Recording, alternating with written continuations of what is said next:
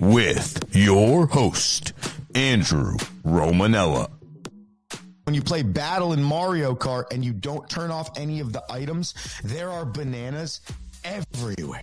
I mean, it's like you're losing your balloons because you're slipping on bananas left and right. Bananas everywhere. What's going on, everybody? Welcome into another edition of The Rome Show here on 12ouncesports.com, broadcasting live on YouTube and X. I am your host, Andrew Romanella, and we're still popping off in here. We got the loop going with the intro. Hope that gets the people fired up. It's Thursday, August 7th, 2025, and we trek right along here. When this next part comes out of my mouth, you might say to yourself, what's going on, Andrew? Well, it's the summer months, so our schedules get a little hectic, but it is time for a Rockies rundown today. So I hope the people get excited about that. He'll join us in about 7 to 10 minutes. We're going to talk a little bit of Major League Baseball today and continue our 32 teams in 32 days with the NFC South starting today, that being the Atlanta Falcons. Before we do any of that, The Rome Show 1, Instagram, Facebook, X, TikTok, all the social media sites. Go to youtube.com/12OZ Sports. Besides hitting subscribe on the Mothership's YouTube account, make sure you as well comment live in the comments section, because then we can have some nice chatter on this show. Finally, if you missed the show, love the show, need to share the show, The Rome Show podcast, wherever you listen to podcasts. 32 teams in 32 days. Let's cue the music. Cueing the music.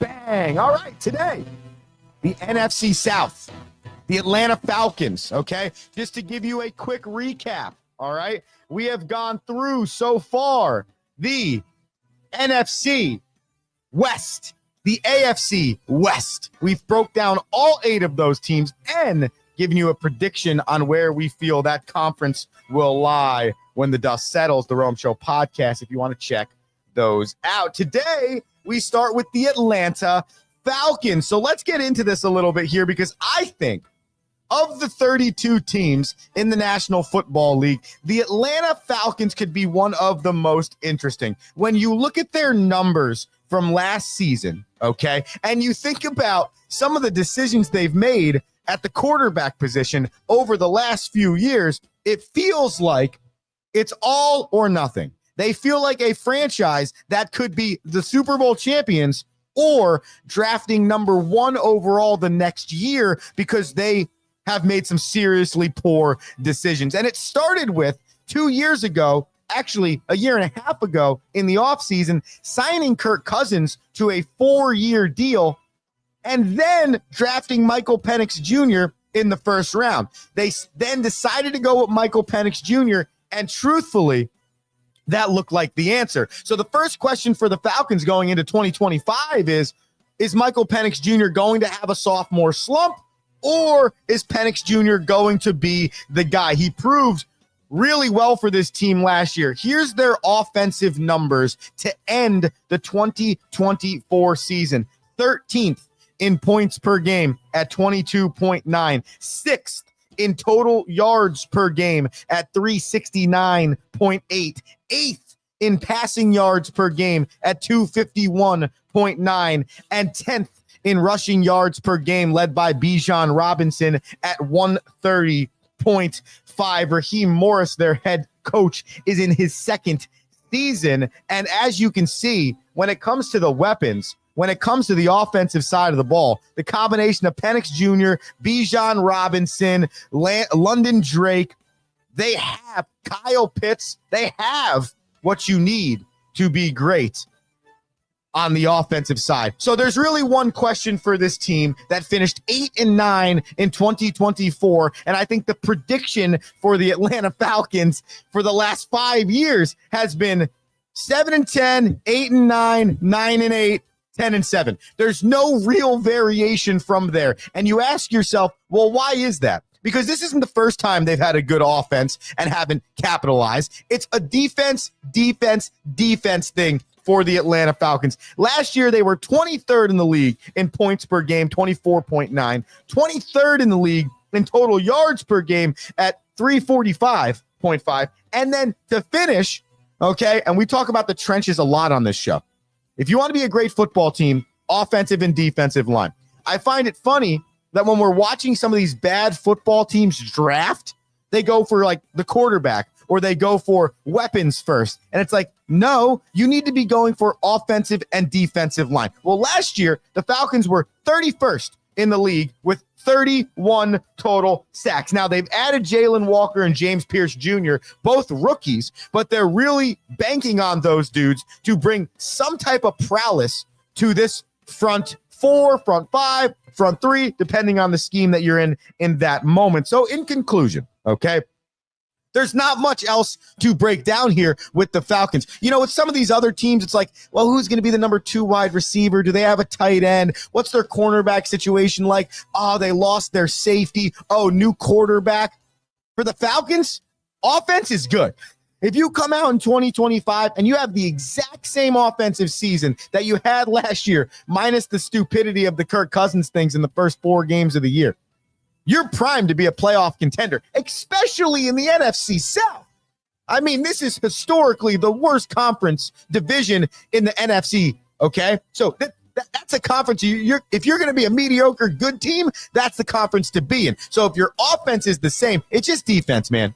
What are you going to have pass rush onto the quarterback? Can you limit teams? I mean, teams are scoring 25 points a game. No chance. That is not the recipe for success. So the answers are simple and easy for the Falcons. How good will you be defensively? And can you, much like teams have done to you, make the other team's quarterback uncomfortable? I'm going to give them 10-7 this year. 10-7. I'm not going to tell you where I think that lies in terms of the other 3 teams in the conference, because you must tune in tomorrow at 7 a.m. to get another team. And then the way we're trending, Tuesday of next week, I will complete the NFC South, and then I will give you my prediction for the conference. So that's the Atlanta Falcons through the lens of Andrew Romanella and the Rome Show. I think they're finishing 10-7. I do think they're going to take a step up defensively. I mean, when you really say it out loud, I don't need you to be a top 10 defense. I need you to be a top 17 defense. If you're a top 17 defense last year, instead of being 8-9, we're probably 9-8 or 10-7. And looking at the standings before we finish this thing really quickly, the winner of the NFC South last year had a record of 10-7. So that's all you need, okay? The Falcons finished second at 8-9. Panthers were 5-12. Saints were 5-12. Quick commercial break. When we come back, Rockies rundown plus Roman Anthony signs an 8-year extension with the Boston Red Sox, and the Mets suck. And we got to get Rocky's thoughts on that. Stay with us here on the Rome Show, 12ouncesports.com. Back after this for Rocky's rundown.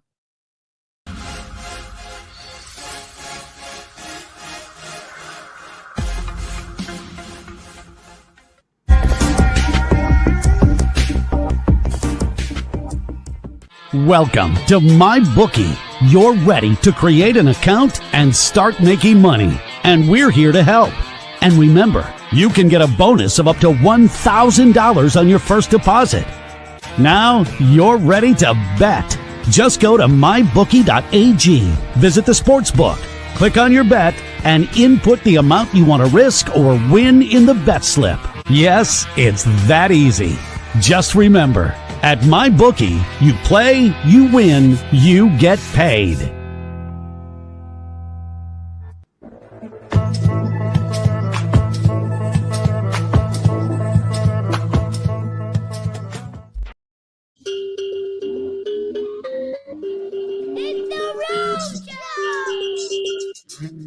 Yeah, it's the Rome Show. 12ouncesports.com. We broadcast live, YouTube and X. I'm your host, Andrew Romanella. I'm with my weekly co-host, the one and the only Rocky Romanella. Hit the music.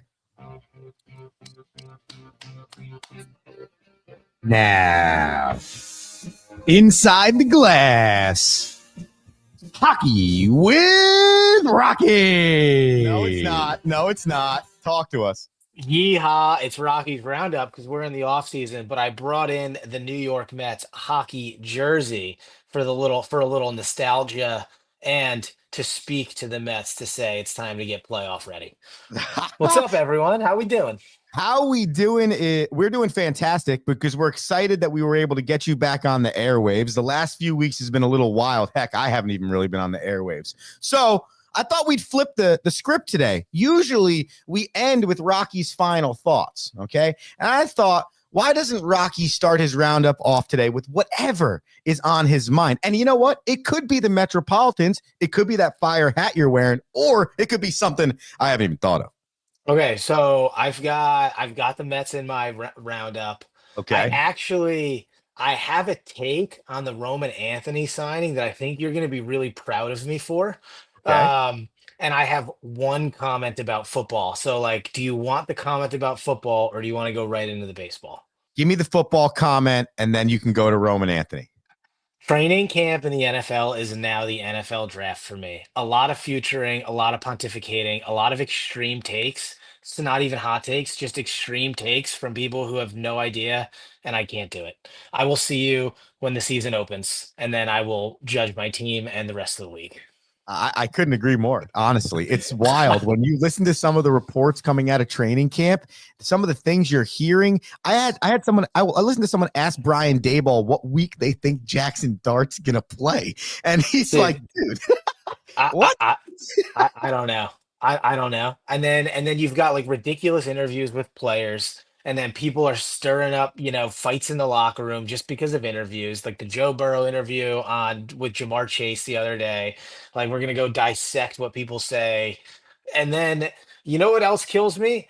And this is crazy too, because I love SNY, but like the Mets game ends, the SNY Sports Night broadcast comes on, and I'm not paying attention, and I look up, and there's a dude at Jets camp reporting on the Jets, and he's wearing a Whistling Straits polo.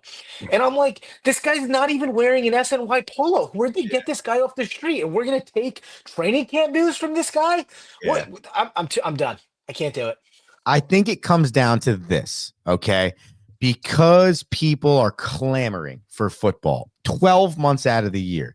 The minute what people consider is like a real practice and the real season starts, it's almost like we take it to the extreme, was a great word you used before. We take it to the other end. It's like, chill, people. Like, you're 4 weeks away from an actual game. And then on top of that, you're 8 weeks away from a real actual game that can actually tell you which one of these teams is good or not. So it's a long journey, but I just think, Rocky, it's the Americans' love for football now. They need more football. Dude, need more football. And so I walk into the office last week and did anyone watch the Hall of Fame game? I'm like, guys, it was July 31st. Like, if you think I even touched that game, you're crazy. And then another kid comes out, he's like, I watched the game wire to wire. I watched the whole thing. I go, you watched the whole thing? I go, I go, what? Yeah. 50% of those guys aren't even touching the NFL, let alone a practice squad. I just love football so much. I'm like, oh, that's okay. All right, that's the extreme. That's the next level. Right. And that, to me, is what makes me believe a league like the XFL could work. Because if people love football that much that they're going to watch the Detroit Lions play the Chargers and watch the fourth string dudes that are only going to last a week and a half in training camp play and assess them, then that's what makes me believe spring football, whatever that thing, what is it? USFL, XFL, USFL, JFL, whatever the hell L it is. It seems like it's going to be a W because these people love football so much. You take one step to NFL affiliation with that league and you double your viewership immediately. That's an interesting proposition. Then we're going to get to baseball. This might be a nice little segue. A lot of the independent professional baseball leagues, Rocky, have been pairing with Major League Baseball over the last 5 or 6 years, calling themselves an MLB partner league. So one of our former players, Nick Payne, signed in the United Shores Professional League, which is in Michigan. And he called me the other day to tell me that they could be trending in that direction. Well, to your point, the money that league will get from Major League Baseball, even if to Major League Baseball, it's a minute amount of money they're giving them, but to the league, it's huge. You're probably right. You could almost make that spring football league like a minor league feeder to this moment in time right now for the NFL. Yeah, and I'm pretty sure The Rock is marketing it that way. And at the same time, like I tell you what, like if I'm a player in minor league ball, I love the affiliation, especially for the independent leagues. Absolutely love it. But if I am an independent league owner, I'm not affiliating myself with MLB and I'm affiliating myself with Banana Ball. Yeah, that's a conversation for an entirely another show. But I love that take out of you, Rocky Romanella. Rocky's rundowns here on a Thursday, August 7th. You can write into Rocky on the youtube.com/12OZ Sports. Roman Anthony, Rock, signed an 8-year, $130 million extension yesterday with the Red Sox. For people that maybe aren't deep into baseball or even know who the hell we're talking about here, Roman Anthony's a rookie, 46 games into his career with the Boston Red Sox, called up on June 9th, I believe it was. Huge W for rookies in the future. Huge. And I think I know where you're going with this. 283s, hitting 9 RBIs, 2 homers, 404 on base percentage, which is 4th in the league for all players with at least 100 plate appearances. Rocky, your take and thoughts on this? Yeah, so I read the articles. I mean, for a rookie to sign 130, right? Some people are like, oh, but like if the Red Sox take the option, he won't be a free agent till he's 30. If they don't, he's not going to be a free agent till he's 26.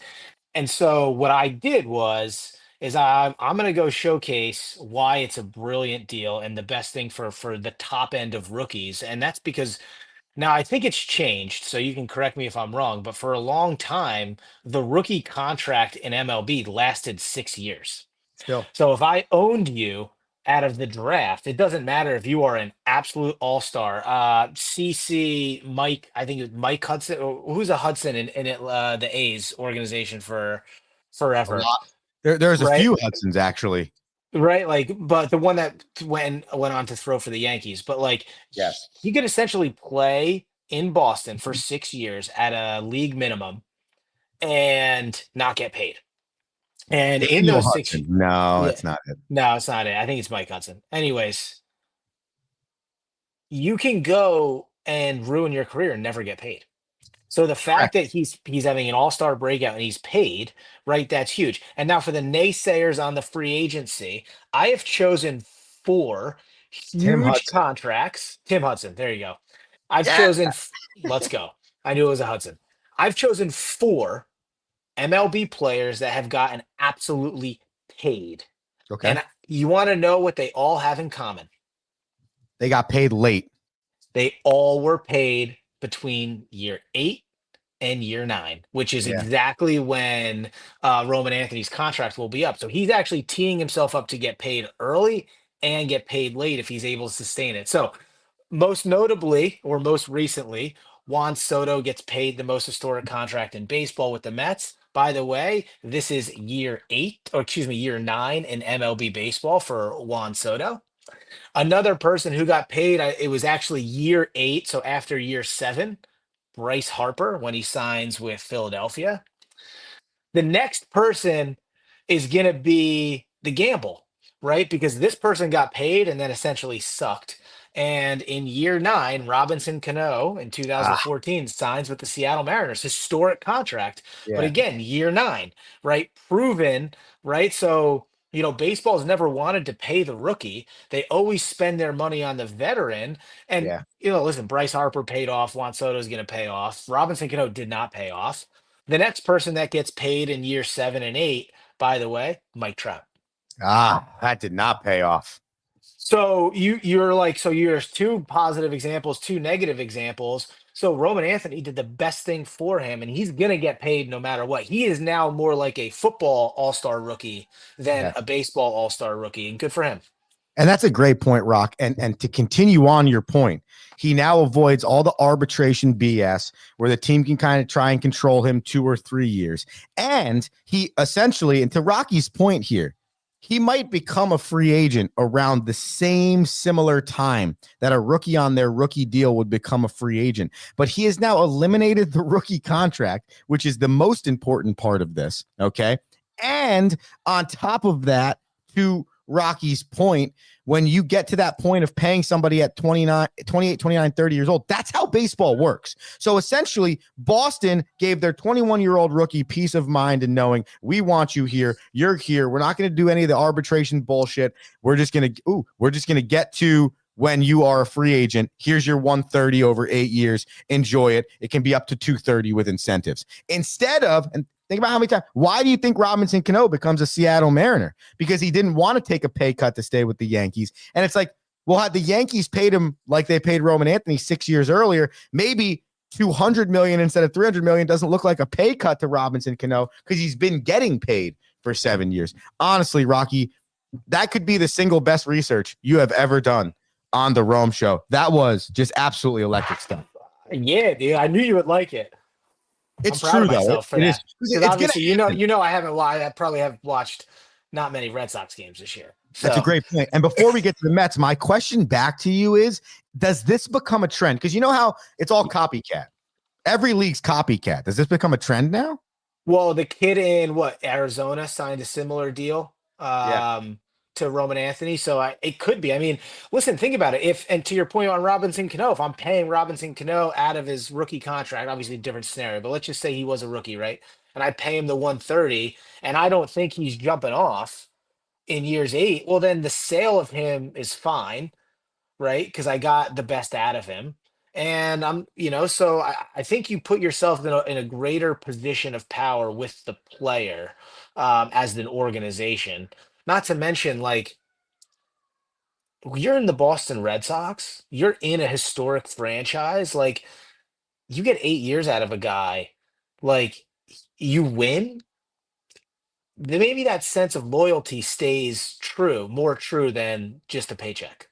It's a great point out of you. We're talking to Rocky Romanello. Rocky's Rundowns here on a Thursday, August 7th, youtube.com/12OZ Sports. If you want to send in a question, a comment, or even a concern to Rocky on the Rundown. You mentioned a few different people that signed some contracts that were after their 8th or 9th year. One of those being Juan Soto. And right now, Juan Soto and the New York Metropolitans are not playing very good baseball. Rocky, they've lost 4 straight and 8 of their last 9 and are now 2.5 games out of the top spot in the NL East. What are your thoughts on this here? So my notes on the Mets, and I watched I watched game 2 of the Guardians where they were down 5-2, rallied all the way back, lost in extras. And I just need them to start playing playoff baseball. We need them to start hitting with runners in scoring position. I can't sit here and say that the bullpen and the pitching decisions are why they are struggling. Like if you look at the bottom half of their lineups, average versus the top half of the lineup, it's like 2 different teams. Yep. If you look at their inability to hit versus lefties, it's 2 different teams. So I can't sit here and, a lot of people are talking about, oh, the Mets have thrown so many more pitchers than anyone else. We've never seen this many pitchers, blah, blah, blah. Yet we made the right moves at the deadline to get the depth in the 7th, 8th, and 9th that we need for the playoff run when you get more traditional about your pitching staff, right? You've made those improvements. The play in the field is excellent, in my opinion. I mean, I think you've got everyone in the right position at this point. Like, your bats aren't consistent. And I think that's the number one problem. And if you can't fix your bats, you're going to ride this wave up and down and hope that you have some magic in the right time. I mean, go ahead. I don't know I think that's the right read. I don't know, though. Oh, I would agree with you because I did some research of my own, Rocky. Ooh. And besides the fact that simple things tell you exactly what you need to know, the Mets are hitting 239 as a team. That's good for 23rd in Major League Baseball this year. Okay. And I think this is a wild statistic to think about. They are top 15 in the league in on-base percentage. Those 2 things usually should not be that drastically off. Okay. If you're getting on base 32% of the time, we can't be getting hits 23% of the time. Dude, ducks on the pond. We're way exactly right. So it goes deeper though, because the bottom line is there are players that are supposed to be players on your team, and that is Juan Soto, Pete Alonso, and Francisco Lindor. Now, I can't say much about Pete because I think he's had a pretty solid year, but he's in this mix because they're the top three. So you're paying those three guys, Rocky, a combined $105 million this year.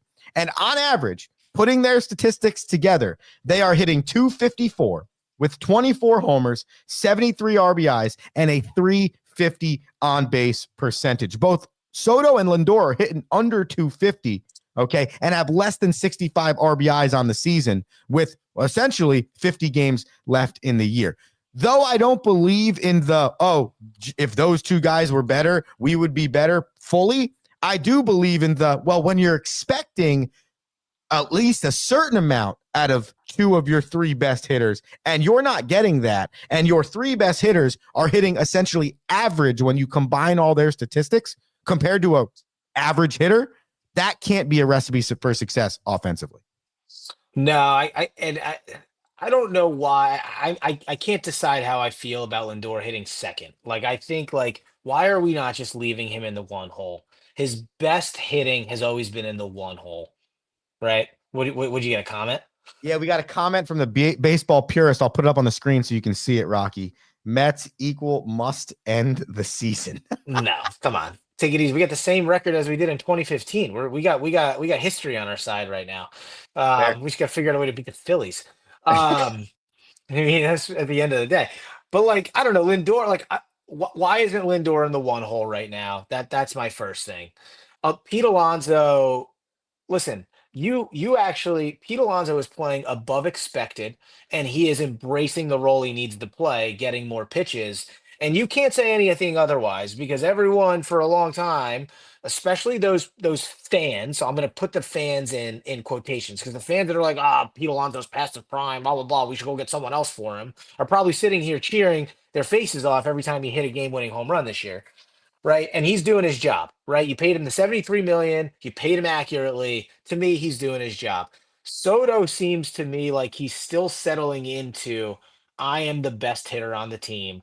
I'm I'm not getting I'm not going to get the pitches. And I think Soto has to find the gap between, I'm great at getting on base and I'm leading the league or team in walks, and I probably am letting a hittable pitch go in those at bats. Yeah. And, like, I don't know, and I think that there's something there. And the only other thing I look at that's a little weird to me, and it's probably just because of the place in the order, but, like, Brandon Nimmo has more at bats than Juan Soto right now. And yeah, and I think you're right about that. It's more or less the place in the order than necessarily anything else. Because by nature, if you're not hitting first or second, you probably won't come up with if you're healthy across the board. But I see what you're saying in your mind, and I don't disagree with you. And this might be something that we need to entertain. And maybe next week we come back with a lineup that we think could be adjusted. Because I think your main point is that maybe the answer could just be moving some guys around. Maybe the answer could just be, let's shift this thing a little bit and see if that helps in any way, shape, or form. And I love the fact that they're consistent about the lineup for the most part, right? Your top five, your top four, you've played almost every game. I mean, Soto, Nimmo, Alonso, and Lindor have 100 at bats more than anyone, the next closest player, right? So they have played. I love the consistency that they're playing every day. Right. But, like, you've got to get that order right, because the bottom of the order's average is even worse. And we're saying it's the top of the order that needs to be better. But the bottom of the order is worse. They haven't won you any games. And bottom line is your offense needs to get better. Baseball Purist wrote back in, Rocky. He says, I hate stats. I use my eyes, stomach, and heart. Mets got no magic. Can I hit in the clutch? Can't hit in the clutch is my guess for that one. Bring up the rookie pitchers. Can't get worse. I'm not sold on them not being able to hit in the clutch, because they're able to be in it late in games every time, and they're able to battle back. So there is something clutch about them. They haven't put together, like, and they've won games. They've won games in walk-off fashion. They've won games late. They've come back. there's magic in the lineup. They haven't done it consistently. They have clutch, and they've proven that they've been clutch, throughout the season. It they get themselves behind and they can't come all the way back. So I actually think there's more clutch in than there is consistency in the front half of the game. Yeah, but to the point of our write-in, Baseball Purist, which is fantastic, by the way. Thank you, Baseball Purist, for writing in. Yeah, bring it on, buddy. I just did a quick search, Rocky, and according to the AI machines, which we'll see, they are 28th in Major League Baseball. The Mets are hitting with runners in scoring position at a 243 clip, and then furthermore. And though I know we're talking about just using our eyes, but as a baseball coach for 12 years, certain statistics are what your eyes tell you too. And that would be batting average on balls in play, because they don't strike out a lot, but they're only hitting 234 when a ball goes in play, which is bottom in the league. So it's almost like if clutch is with runners, and if clutch is that, then yes, then I'll agree. But if I'm going eye test, clutch is winning games. Okay. And I like that's where my mind goes. And to finish it off, and this is fantastic. This is what we're looking for. To finish it off, here's the current standings. Okay. So the Mets are 63-52, 2.5 games back of the Philadelphia Phillies, who are 65-49. If you look at the wild card standings in the National League, they currently hold the third wild card spot, a game behind San Diego and 3.5 behind Chicago. The problem there is you have the Reds on your heels, who are led by a Tito Francona who knows how to coach and knows how to win. And I don't know if you're necessarily scared about the Giants or the Cardinals or the Marlins, but we can entertain that in a few weeks. So that's your current standings right now for the NL. Rocky, to finish the show, your last thoughts here on this or anything. I hate their standings position. Yeah, I hate it. And we've struggled against every team ahead of them. And we struggled against the Giants. So I think the one thing Baseball Purist is definitely right on, Rocky, your eyes, your stomach, and your heart. It ain't easy to watch this team sometimes. It is tough to really get behind it. But I love their but like, again, I love the pieces. I actually like the team. Like, that's the thing that I've never felt before. Like, usually when I'm here with the Mets, I'm like, dude, we don't have the right guys. Like, I don't even like half the lineup. Yeah. Now I love the lineup. I love everyone on it. Yeah. I love that David Peterson leads the team in like 7-inning starts. Yeah. Like, why David? No one knows who David Peterson is. Right. I love it. Yeah, you're right. Like, I love the guys. I want that. Like, I'm cheering for the guys. So it is frustrating that we're still feeling this way about the Mets. One day we'll get a full 100. That's why the hockey match jersey's on. Yeah. We need to take some bodies. We need to be hard on the forecheck. we need to play a physical style of game. Back check to the goal line to give the D's an option on a breakout. All right, people, that's what we need. Rocky and the rundown. I can't lie to you. That was electric. Let's roll. What a great way to come back. A little summer vacay. Come back with heat. Great way to come back. Make sure you join us again next week. Sound good? As they would say, 100 on the black. Let's roll. Good. Rocky Romanella, everyone. That's the rundown for Rocky Romanella and the Rome Show for Thursday, August 7th, 2025. Thank you to Baseball Purists for writing in. Thank you to the people that listen. Remember to share the show with a friend, because that's what you should do. Have an electric Thursday. Andrew Romanella saying peace. Thank you for listening.